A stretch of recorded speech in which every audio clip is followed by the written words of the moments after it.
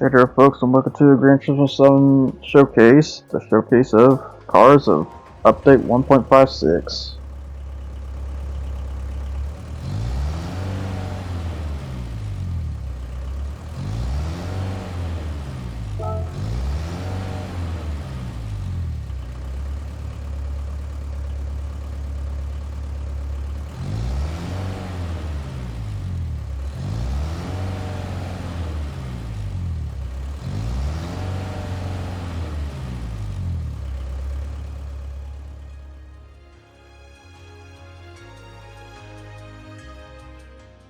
Starting with the Unimog.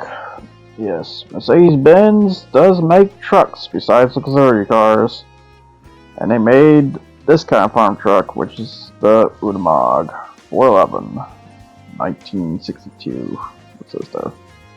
Or Type 411, I should say. But yeah, this is like one of the oldest trucks they've just recently added, and yeah, it really shows in terms of performance. It's not really that good, to be honest. Can't really do real much with it. Heck, it doesn't hit the K car performance points. If it hit the K car performance points, I would throw it with the K cars in that case. Because the K cars hit 400. But nah, not really good enough, even with all the stuff you could do to it. It's very surprising there. I would think the Unimog would be way quicker than I thought, but no, it's not. But yeah, it's an inline 4 though, surprisingly, of an old time. And it also has a 6-speed too, I will say. Which, yeah, I will show you, yeah, you can have wide body on this too. Now, for the extra customization you can do, like example, the tires, you can change out the rims. If you don't like the dull reds. Or I should say, like, farmer red, basically. What it feels like. You can also make them wide, which, you know, probably would add the wides, since it does look a bit top heavy. That way it leans a bit better. And then for the front, you can add the bull bars. So that, you want some headlights to go with that, and then you can add where to put the additional exhaust stack, I believe. Where to put that, basically. Yeah, it's kind of weird. It's like 2 stacks on this truck. And then the craziest thing you can do, you can have bales of hay, which somehow does not increase your weight at all, or a big old camper unit box you can add to it, too, on top of it. Pretty crazy. You can do. Hood pins, you can do that too. Surprisingly, I don't even know why. Anyways, light bulbs. It usually comes with the standard, looks like standard orange color, so we're going with the warm, basically. But I decided to go with daylights because I realized the bulb wire lights are white color. And then you get a license plate, you put that there or there, but that looks so weird with that one. Too bad they don't have a front only option. I'm surprised they don't. But yeah, and then you could just take the badge off, make it full body, or change out the grill a bit more. Now on to the event, which is the Sunday Cup Classic they added for the Unimog. Suggestion PP says 350 at Red Bull Ring Short Track. Which, yeah, I kind of say loosely on that 350. Or like 371 PP. And you want to know why? Because the Porsche 356 there that's in the front right now that already passed the Beetle. Because, let me just show you the PP of the 356 real quick. And here you go. If we look close on the bottom left here, because yeah, I don't have another 356 on hand right now because these things are expensive as heck. You see it says 378.47 there. And let's look at the suggestion PP once again, just in case. But I say, I think it's the suggestion PP 350.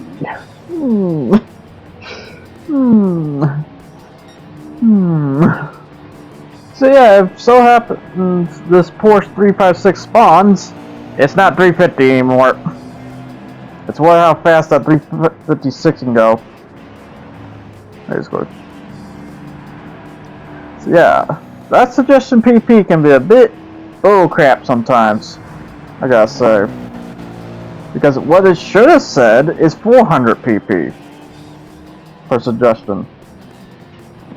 Because otherwise, yeah, this Unimog can't do crap with comfort mediums. You need comfort softs at best, at max tune on top of it, to even do that.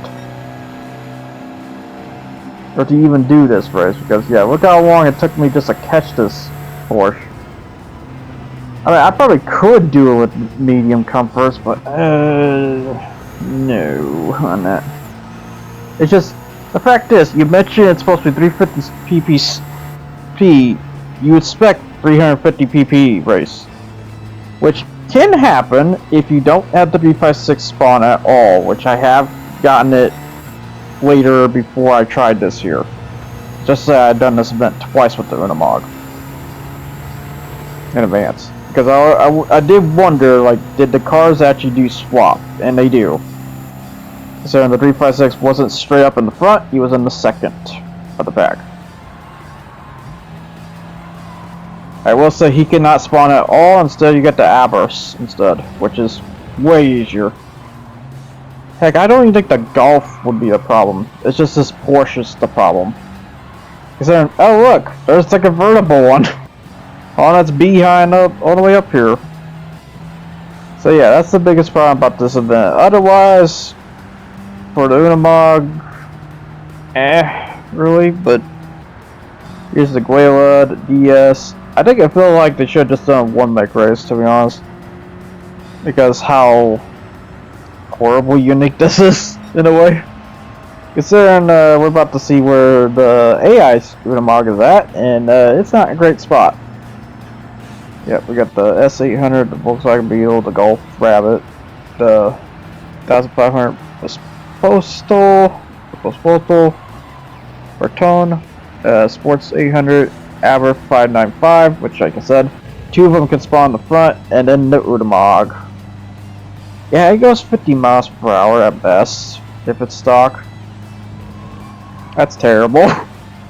That's very terrible, considering I almost overlapped him with just this Unimog. I definitely did overlap him with the Barker.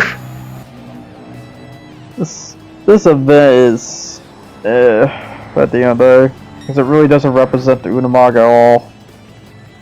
Represents the other classics more. They sort of try, but yeah. Now on to the much better one, which is the Peugeot 205 GTI of 1988.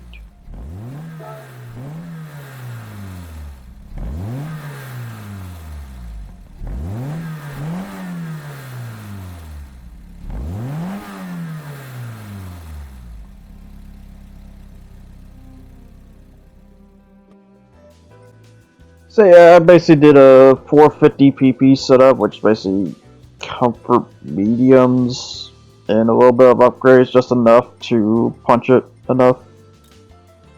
I could have done the comfort hards, but I don't know, I'm in a debate like if comfort mediums are better than comfort hards. I should probably just try like a turning track, straight track, and a speed track just to see like who's better at the end of the day, who wins. Basically. Otherwise, 221 horsepower at comfort mediums. I will say it is weighed down by the ballast, because I mostly nowadays anymore I just go for the 190 ballast immediately. I don't even mess around. Can it hinder the driving experience? Yeah, a little bit, but you will still at best get more speed than normal. So in my most cases, I would say a 60-40. When it comes to applying the ballast or not. Yeah, overall not bad for the Peugeot. God, I was about to say Packet. It's not Packet. But yeah, here's the rims you can do to it for customization. So yeah, make sure to try to get sideways so you can actually see how the width pops out and stuff, or when wide size or not. Try to make sure on that. Okay, you can add the rally lights or caps. This looks like caps. You can put decal on them also. You can remove the GTI logo. I don't know why you would do that. I kind of prefer that. But you know what it is. And then the spoiler, although I can kind of see why they did remove, you can remove that, because then you can turn around and just vinyl slap it. So there's ideals to be said. You had the roll cage, which this time I tried to show the whole revolve around the car, so that way you could see, like, by angle if this looks better or not. But yeah, I just went with the Type A, because, you know, they're back seats. Might as well still use them. If they're still in the car. I'm surprised in weight reduction they don't remove the back seats. It's weird. And that's it. And then, license plate where it's at. That's such.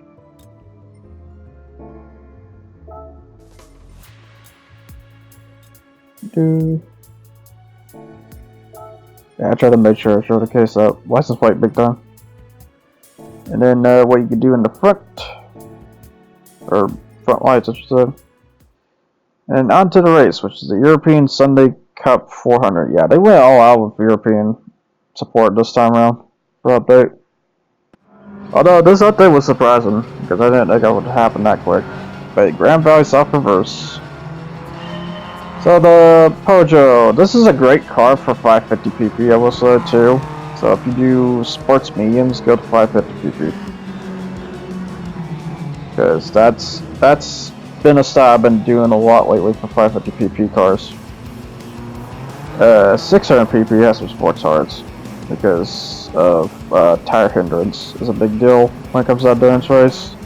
That and performance is a big matter. You want that top speed when it comes to that race. But the Pojo 205 GTI is a very great car in some cases, I must say. Basically based off the rally car, a homologation model of sort. Is one of Pojo's not only like best car, but is best car. Because I don't think there's any other Pojo that kind of does tops besides the Pojo 908 pan car, as they also show in the 905 that they do not have yet, which is surprising, because that's a Group C car that they haven't had yet. It's the 905 and such. But yeah, then Pojo could add, or they could add from Pojo 2 is the 306 as well. 306 or 207, I can't remember. There's no interesting rack car at the end of the day. The RCZ, because yeah, we do get the newer ones too. We got the RCZ and the 208, which, yeah, the RCZ is based on 208 at the end of this cabriolet model. And probably like the only cabriolet too, I think. That's left, basically. And then they get the Megane, which, yeah, let's go check the stats on Megane now. Let's just say, it's higher than the event provided. Considering he's wearing sports hards. This is why I went 450, because I knew that suggestion at this point is just BS. Absolute BS. Unless like certain cars like that Alpine there, that's fine, but when you see stuff like the Megane, it's like, oh, never mind, it's not 400. So if I recall, that Megane, I believe, one second. Oh, I take that back. It's 500 pp for the Megane RS Trophy car. Good lord.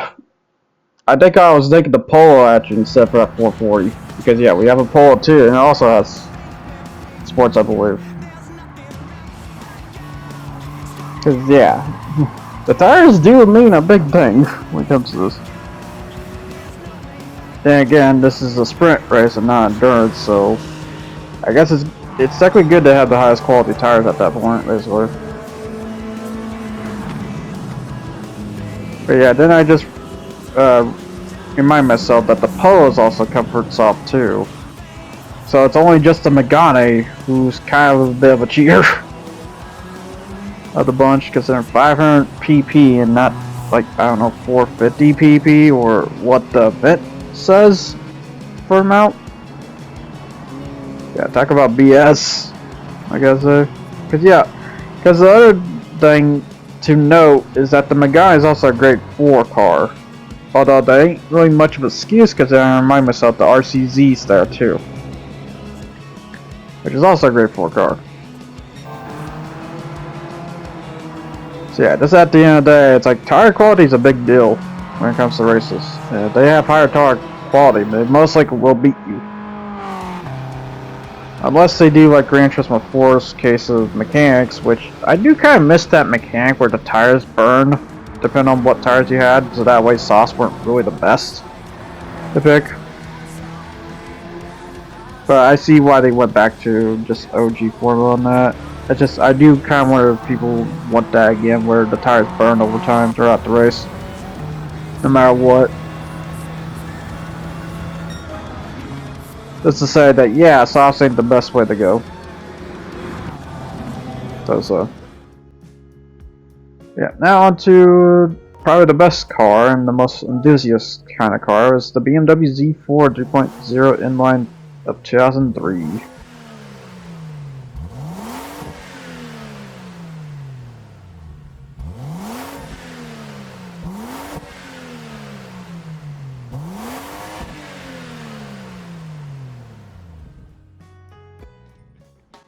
So yeah, this car, you can basically go crazy on the upgrade tuning, because if I recall, I think this hit like 700 horsepower. I think that's just like, okay, yeah, that's everything. That's engine upgrades, everything. To remind myself on this, because yeah, it's been like a couple days. Or no, maybe not. Nope. Wait, no, it has to be a couple days, because yeah, I did record the part stuff more recent, while I record the footage or later in some cases. As such.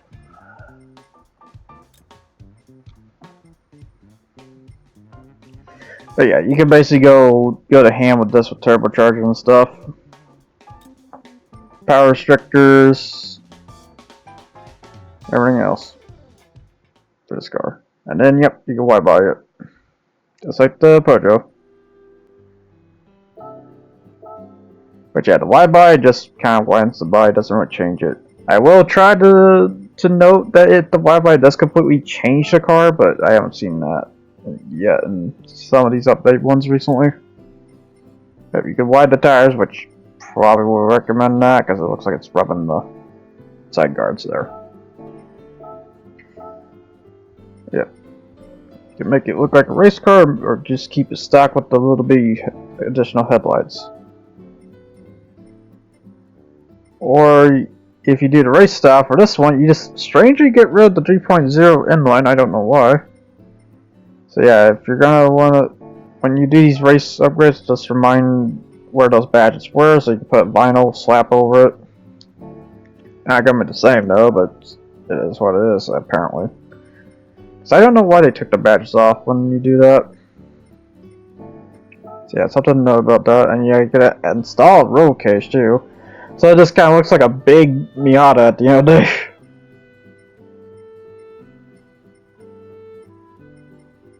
Yeah, you can change the headlights, which its headlights is special because it has two different headlights there going on there. Yeah, you can see the license plate. But yeah, if there's anything that hits me hard in nostalgia, it's the rear of the car, because I believe that is technically the Z3's rear. But for when they made the Z4, they changed the front big time. And such. Yeah, brake disc. But yeah, here's the event dedicated to that, which is the European F4 Challenge 550 at Lago Maggiore. Autodrome Lago Maggiore, I believe. Okay. So yeah, the BMW Z4. I don't mind it. It's not bad. It's a pretty good car. It's only 600 pp too on top of it. Makes it a little super roadster at the end of the day, like the Cobra, I call them. Because yeah, I will say I do consider like those high performance ones like the Cobra and this a super roadster, because they have the possibility to be like a 750 pp, which it probably can. Most likely, I would say. Good job. If you hit that high, oh god. That's a grade 3 potential machine. But there's anything to also talk about with the Z4 is that it also is a race car too that they turned into a road car as well. Because yeah, they took a lot of race cars and turned them into road cars on this update throughout. Too on top of it. The other big mention too is I'm kind of, like I said, I was kind of nostalgic to it because of the Z3. Because the Z3 I am more interest on than the Z4. Z4 is something though, because this is just before, you know, Z4 shared its body with the Toyota Supra, which, god, that's bad. But the Z3 is one I'm very nostalgic for because of Need for Speed High Stakes, but I don't know if that was considered a good car or bad. Then again, Mercedes also has a good one that I'm nostalgic for, which is the SLK as well, which also Need for Speed High Stakes. Need for Speed High Stakes was kind of one of those first racing games for me. Way back then. Besides Gran Turismo and Korean Touring, I believe it's called for the PlayStation 1. It was a really interesting game because whatever team you had different cars for that play out basically. Or a competition. Like if you were a part of this nationality team, you would have a Viper. If you were part of this nationality team, you would have a Ferrari. What it looked like, basically. But yeah, Gran Touring was a very interesting game. And then they also had like Doom buggies too. It was a pretty crazy game. I don't know if a lot of people know about that one or not. Very basic though, I will say. Yep. Then you got the M2 competition in the front, which didn't really check the stats on this one because at this point I just like F it. It's like screw it, let's go 600. Screw the 550. I'm gonna destroy you guys. Cause look, if you guys are pulling power away like that, no, I'm not taking that for an answer. Yeah, basically mostly BMWs I'm seeing here. Or all. Because I'm just seeing the first line of the BMWs.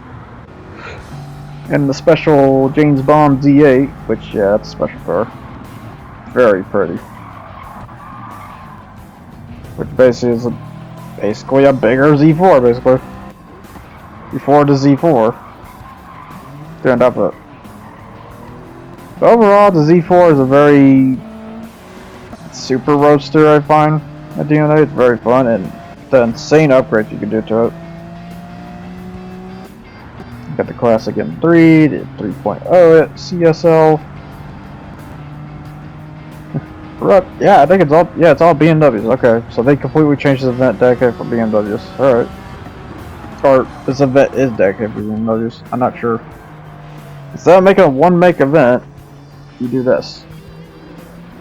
Which is weird because you guys have been doing one-make events and then all of a sudden, for BMW's case, they don't want to do that. Because it is kind of weird because I recall like Gran Turismo 3, they had the Silver Arrow, which is Mercedes. Any Mercedes cars, basically. One-make races. Which was pretty fun.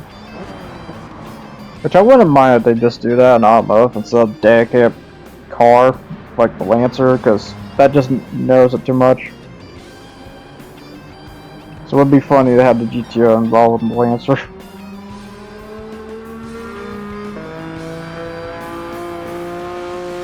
Yeah, just represent the auto brand, you know, instead of just the cars.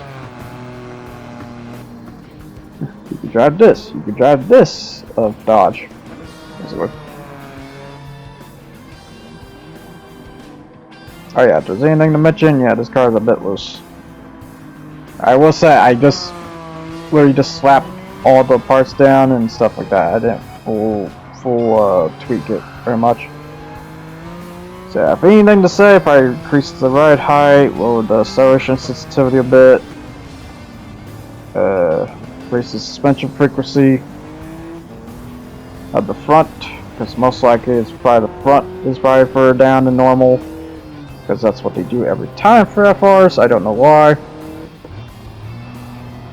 People just like their cars a bit loose, like way too loose. Oh, yeah, that's got a heads-up display too. That's sweet. That's the M4 that has that too. Wow. So yeah, it's crazy on these dashboards and some of these ones. Instead of the Z8s, man, that looks crazy.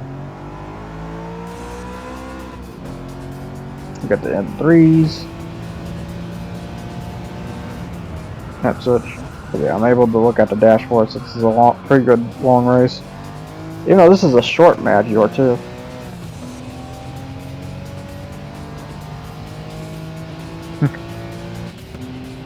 And then you got the Z4, which yeah, looks really nice. Very simple and good. Yeah, the Z4 is basically the BMW's Miata at the end of the day. Not as, sadly not as popular though, and even worse now because of the Toyota Supra. In that case. That and the new Z4 doesn't look that interesting on top of it. Right, they kind of butchered the design a bit compared to this one. This one looks good. This one looks fabulous. And it's high RPM sound too. On top of it. Plus that crazy speed gauge too. That's pretty good when you have a lot of numbers like that. Tells how unique you are and how potentially fast this car can get. Besides just the classic that is 200 kilometers per hour, I believe, which is 110 miles per hour. Yep, almost to the end here, onto the last turn. Yeah, such a pretty car. I also like this color too, because this color is what really hit me nostalgically was this color. Because this color is a really common color in the Need for Speed High Stakes, I believe, for BMW. Or the CLK. I'm not sure which one. Or, not CLK, SLK, good god. I was saying that the whole time, the compressor. But the Mazda 3 Grade 4 is the other bonus thing to toss too, because yeah, they added another additional power scheme for this car. Which is not bad. But yeah, I just did a bonus reel for this car's case. So, until the music ends, the reel's over, basically. But until then, people, I hope you enjoyed the showcase to provide here. And until then, I see you guys next time. You guys take care, and hope you enjoyed. And thanks for watching.